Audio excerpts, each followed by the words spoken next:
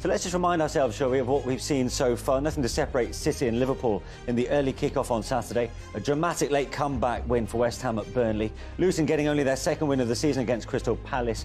Newcastle putting an emphatic end to Chelsea's encouraging recent run. Brighton winning a 5-goal thriller at Forest. Bournemouth also hitting 3 in their win at Sheffield United. And Arsenal going top after Kai Havertz's late winner at Brentford. As far as today's concerned, well, Villa moved into the top 4 after a backs-to-the-wall performance away to Spurs, with Manchester United just now inflicting more misery on Everton with a comfortable win in the end. And there's one game still to come, of course. That's on Monday night at the Cottage between Fulham and Wolves. So as I touched upon, Arsenal's win against Brentford means that they lead the pack by a solitary point. Manchester City is second. It's then Liverpool and then Aston Villa, both 2 points off top spot. Tottenham dropping to 5th, 4 points off the summit. Manchester United up to 6th after today's win on 24 points, 4 adrift of the top 4, 6 off the leaders, the Newcastle, Brighton, West Ham and Chelsea. The bottom of the table, Burnley and Everton both on 4 points, 5 adrift of safety. With Sheffield United third bottom, 4 adrift, then it's Luton on 9 points, Bournemouth on 12. Fulham have the chance to extend their 7-point cushion on the bottom 3, followed by Forest, Palace, Wolves, who are to play, and then Brentford.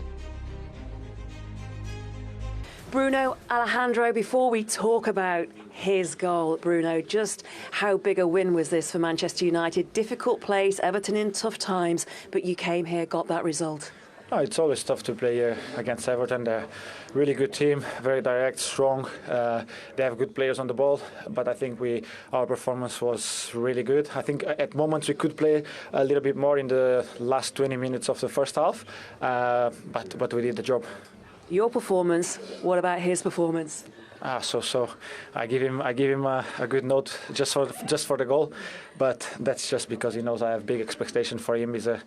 He's a great player, he has a great future. He's not a great player yet, but he has a great future ahead. But we expect a lot from him. He knows that. Even more me, he knows I'm going to always be behind him, asking for more. But obviously, amazing goal, not for everyone.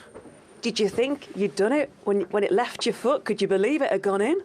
I can't believe, to be honest. Yes, I did, and I didn't see how I scored. Just I listened the round, and I said, "Oh my God!"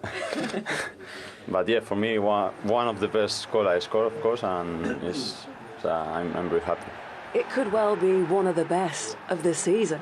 Yeah, probably. Yeah. It's still November, but it's a good goal. Yeah. It was such a good goal, and I think it just took everybody's breath away. You silenced the crowd.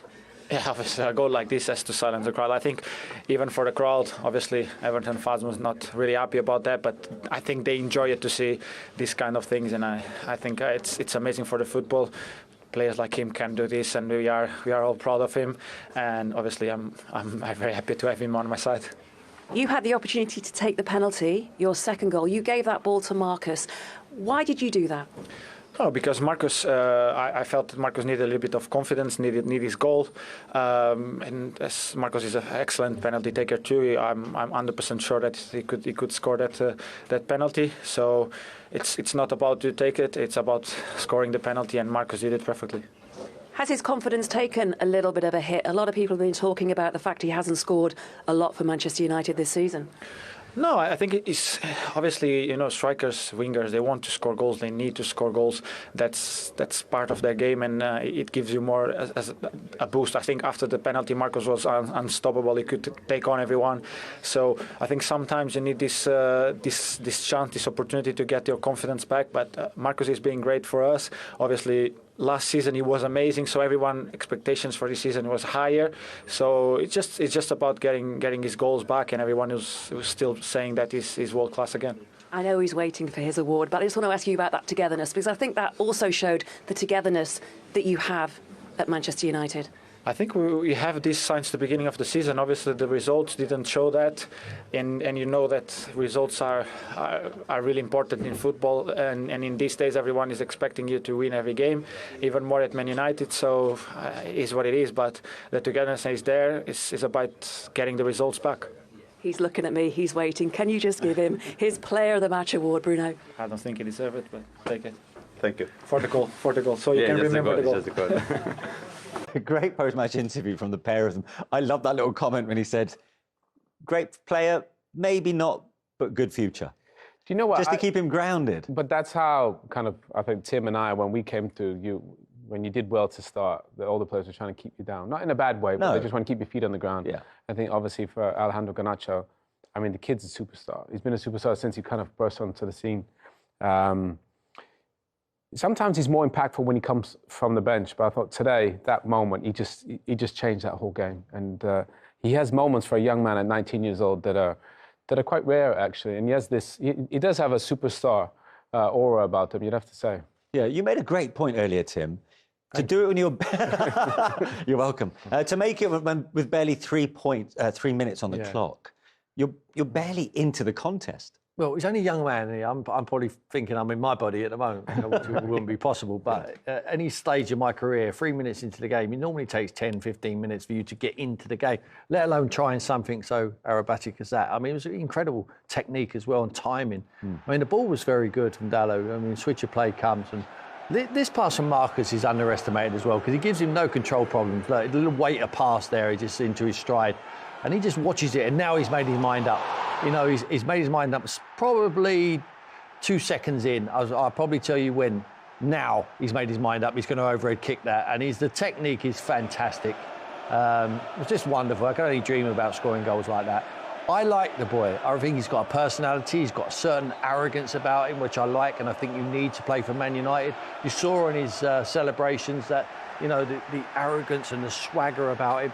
What I think the manager needs to do is stick with these young players, leave them in the team, give them the confidence. Look at the arrogance, look at the swagger of this boy. And I mean it in the nicest possible way. You know, I think he's got star quality to play on a regular basis and make a difference for Manchester United. But the manager has to trust them. Forget the money signings. Forget the guys who are not delivering. It doesn't matter how much you spend on a player. Look at the quality, look at the boys who want to play for you. Kobe comes in and is outstanding. Hannibal's played over the last few months, and I think when he's come in the team, he's done well. McTominay, who's an academy player, has pulled the club out the mire on occasions, but certainly in that, was it the Brentford game, you know, when he comes off the bench. Stick with these boys. Trust them. The academy boys are right under your nose. They care more. Give them the opportunity to play. Yeah, apart from the goal itself, and that'll be the main talking point from many people from that game. What about Garnacho's overall performance? Has he given Ten Hag something to think about? Because I know you like Rashford as a result on the right-hand side. No, I love Marcus on the left. He's more effective there. But I'm saying for the balance of the team, I think having somebody that's right-footed on the right means that they can cross it. That goal only happens because Marcus holds the width. Dalot's a great pass for the ball. And I just think everything about that, the switch from Lindelof into Marcus into Dalot, that doesn't happen if Anthony's there, because Anthony's going to come inside on his left. So, you know, I think the football, this is kind of the football I think Ten Hag envisions, you know. And I think Dalot is such an underrated player. The timing of that's a City goal, really. You know, the run from it. Dalot's an underrated passer. He knows when he's there, I got to stand that up. Can't cross it or get cut out. Stands it up. And the thing is, if Marcus plays on the right, then Garnacho can play on the left. Exactly. You get Bruno playing as a number 10. There's a better balance about the team. Bruno played as on the right wing against Manchester City. Don't play him there. Yeah. Put him as a number 10. Garnacho on the left, Marcus on the right, Højlund. Martial looked good through the middle today. You know, so I just thought the balance of the team, especially with Kobe Manu at the base of that midfield, you could play that kid the ball at any point in the game. So Harry Maguire looked great. Luke Shaw looked great. There's plenty of positives. Everybody looked better. Onana made some saves. So I think there was a lot of positives there.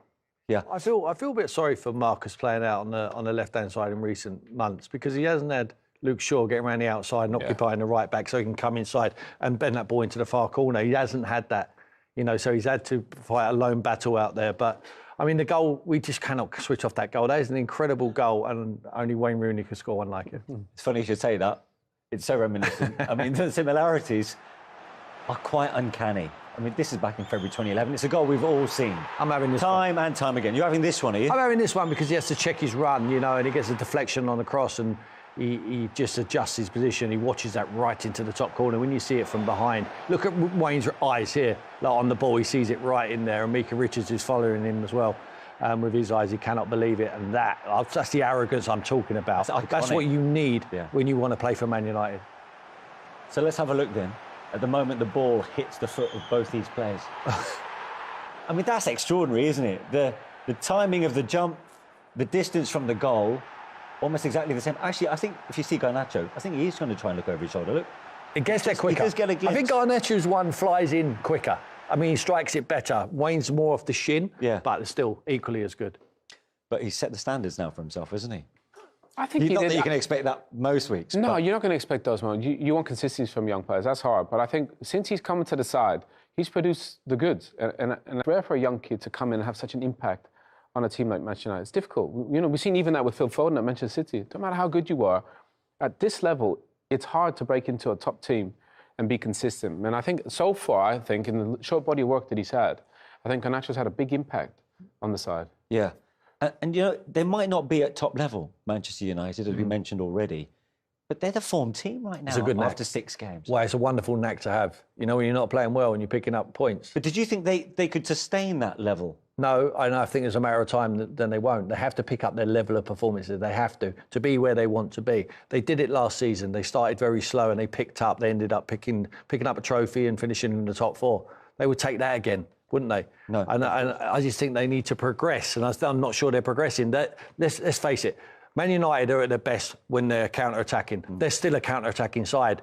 When Ten Hag came, he said, we're going to control the games, we're going to control tempo. They're not doing that. There's nothing wrong with counter-attacking sides. When you've got people like Marcus, Garnacho's, and the Bruno who sticks in that little sneak position, picks it up, he's got the vision. You know, Martial today, he stretched them in behind. You've got Højlund. They need width. They need the fullback to get forward, like Luke Shaw on the left-hand side. Need the likes of Marcus and Dalot on the right-hand side to deliver crosses. They can break. They're nice and solid. He keeps them nice and solid. They're not losing games. They're not giving anything away. And they're winning football matches, and they're not playing that well. Well, we've spoken about Marcus Rashford. He did score the second goal, but let's have a look as to the incident that led to the penalty. Now, this is quite interesting because, of course, Ashley Young and Martial come together in the penalty box. The referee, John Brooks, initially gave Martial a yellow for simulation. But then after a VAR review, that was reversed and a penalty was given instead. Right call? Yeah. Yeah, I mean, wrong call initially, especially he's right there and he books him, thinks he dived. I mean, I thought initially it was a foul. Ashley Young just dangles a leg, you know, brings him down. It's definitely not a dive. And I think it's, you know, I think in the end it was an easy decision. Good thing he went over to the monitor, told him to have a look, and they got the spot kick right. Good use of VAR for you, Tim? Yeah, very good use. I think Ashley just dangles his leg there and he's entitled to go over it, and that's exactly what he does. But the instigator there again, Bruno. When they break, where's Bruno? Look at that pass. There, he just rolls it into his path. He knows he just gets one touch through the defender. He knows exactly what he's doing. He dangles his leg. He's entitled to let him hit him. He does. There is contact. He goes down. And is he lucky to get... He's already been booked, actually. Yeah. No. Young, he could have had a red card there easily. He got one at Anfield. He's fortunate to get away with that one. Now, that's an interesting one. Ashley Young, should he have got a second yellow for you? Because it wasn't that long ago. Was it Liverpool where he got 2 yellows? Yeah, could have easily. I mean, could have easily. I mean, obviously, Martial got yellow and he didn't even do anything. I know they rescinded it, but obviously he was brought down. It was a foul, so could have easily been a yellow. A bit more consistency there, I think, would make it a little bit easier as well. What did you make of Bruno handing Rashford the ball for the penalty? Class. Yeah? Yeah, that's good. I mean, listen, whoever scores, I always think stick to the plan as a manager. So it would be on the board, it'd be written on the changing room door, who's taking that penalty. But Tim, isn't that leadership? You know, everyone keeps going on about Bruno's not leading, not the captain. Bruno's being a captain, if Bruno's meant to take that penalty and he gives it to Marcus Rashford and he misses, I'm saying to him after the game, stick to the plan. Yeah. The plan's there for a reason. All smiles now because he scored. And the teammates are all happy. I mean, Marcus kept a straight face there, didn't he? And then he ran over to the Man United fans and he realised, I'm allowed to smile. And we all want to see him smile. Yeah. It's great. I think he plays his best football when he's smiling. You know, he looks like he's enjoying it then. And he actually gave us a little smile when he went over to them United fans. I think that's nice that he wants to get Marcus Rashford gone. You know, I mean, goal-scoring-wise, they've got 16 goals. That's 11th in the Premier League, 16 goals. You know, they need Marcus firing. Obviously, Højlund, he'll start scoring. He scored in the Champions League. Marcus will start scoring. Martial scored today. Garnacho scored. And I think that Bruno wants to get Marcus firing. And I think that's a great thing. That should help his confidence, right? Well, that's what being a leader is helping others. Not just about helping yourself, helping others. And I think when Bruno's at the heart of the decision-making United, United are in a way better place. Is Bruno high on confidence? I'm not sure he's too high on confidence. Probably not, but he's older, isn't he, Tim? He's been around. He probably can go through the ebbs and flows better. Rashford's surely judged more on goals than Fernandes, though. Yeah, well, I like Fernandes, I really do. I think that he should show more leadership on his performances at times when things aren't going as well. You know, I know he tried to give the young boy Garnacho a little talking to there and teaching him a few lessons. But I want him to be, Garnacho, to be watching him play and thinking, that's what I want to be. That's how I need to do it. He needs to do it on a regular basis. Because I don't think Bruno, for what he possesses, I don't think he does it on a regular basis enough. Well, as it happened, special from 19-year-old Alejandro Garnacho. The one thing Manchester United needed to do at Goodison in that first half was to silence the noise around Merseyside, of course, after what's gone on at Everton the last few days.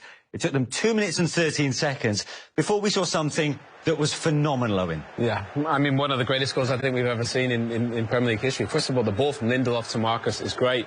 The way the pass is good. Dalot stands it up. And the football's brilliant, but the finish is just... I mean, you don't even do that in training. You don't even do that with your mates as a kid. Never mind to do it in a Premier League game. That is... You dream of doing that, Tim, don't you?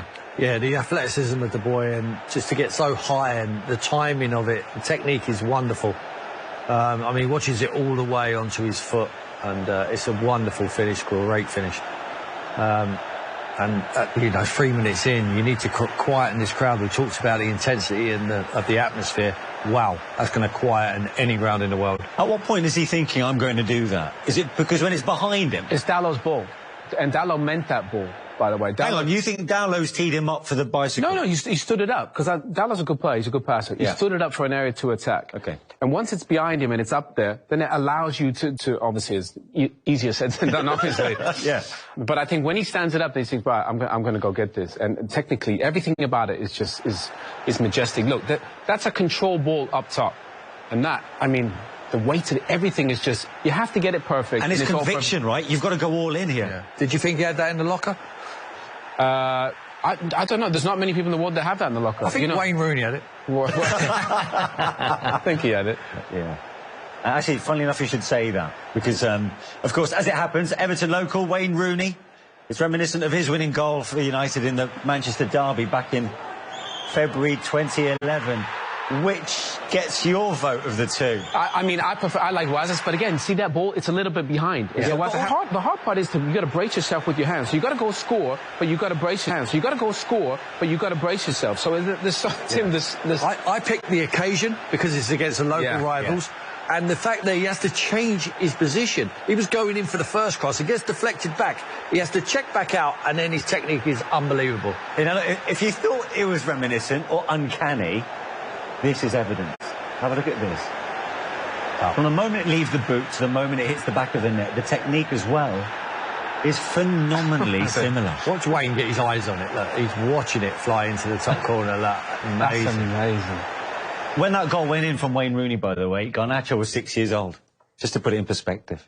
Scary. I mean, some players are there for the big moments. Obviously, Wayne was brilliant at that. Garnacho, we've seen in his young career. When they need something, in big moments, he tends to produce the goods. And, you know, I'm loath to ask that question, which is technically better, because we should all, I suppose, you know, savour each and every moment that we see moments like this. Yeah. But that's got to go down as one of the best Premier League goals ever. Absolutely. 100% that'd be in the top 10, wouldn't it? I mean, it's a fantastic strike from the young man, you know, and so early on in the game as well. You're not really warmed up, are you, Owen, until... You know, you get into the game 10, 15 minutes. You're talking about 3 minutes in, and he produces this. I mean, if I'm doing that, I mean, the ball's not flying in the top corner, and also I'm coming off on a stretcher after 3 minutes of the game. What a strike. Tim, you're right. You're not even warm. You're not even warmed up. You wouldn't even dare try it. Not Pickford. I mean, he wouldn't even save it on the way out. What about hitting with the Ronaldo celebration? Well, this is it. Well. He doesn't lack confidence. Yeah. But when he does moments like that, you can forgive that, right? Yeah. Yeah, but when you do something like that, you're allowed to celebrate. Even his teammates are all running over going, wow. Yeah. Shows you how good a goal that is. We spent the whole half-time interval talking about it. What a strike, then, from young Alejandro Garnacho. City's Liverpool here at Goodison Park. Derek Ray here on the commentary box, joined as always by former Arsenal and England fullback Lee Dixon. And very much looking forward to bringing you action from the Premier League. It is Everton versus Manchester United. Yeah, thanks, Derek. Should be a good game, this one. I always wanted to start the game on the front foot, fast play, force the opposition to respond. Hopefully we get that from the start of this match. And just narrowly wide in the end. And here's how Everton line up. Jordan Pickford is the keeper. Michael Keane plays alongside Yerry Mina in central defence. Oh, in with a chance! Surely! Just cleared away in the nick of time.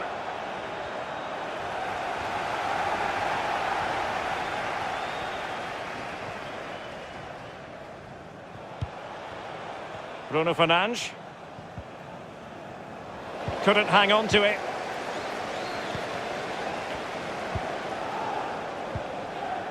Well, that's a splendid piece of challenging. Bruno Fernandes.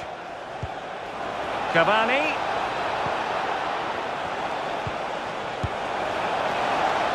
And offside it is.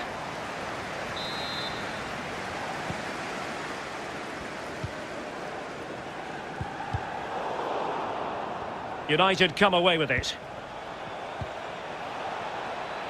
Fred. Chances on. Well, he saw the whites of the keeper's eyes and the whites of his outstretched gloves. Great goalkeeping. Well, he's denied a certain goal there. Great reflexes from the keeper. Richarlison. Well, it could be on for him here. Richarlison. And a goal! That is a very bright start. Perfect way to open. Obviously, it's a tap-in, Derek, but it's the patience in the box I like. A predator's instinct, just waiting for the ball to come to him. Slightly different vantage point in terms of the goal that was scored.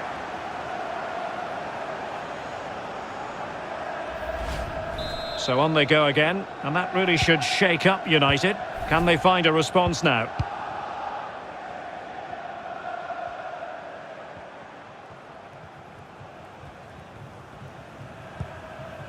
Cavani. Committed challenge.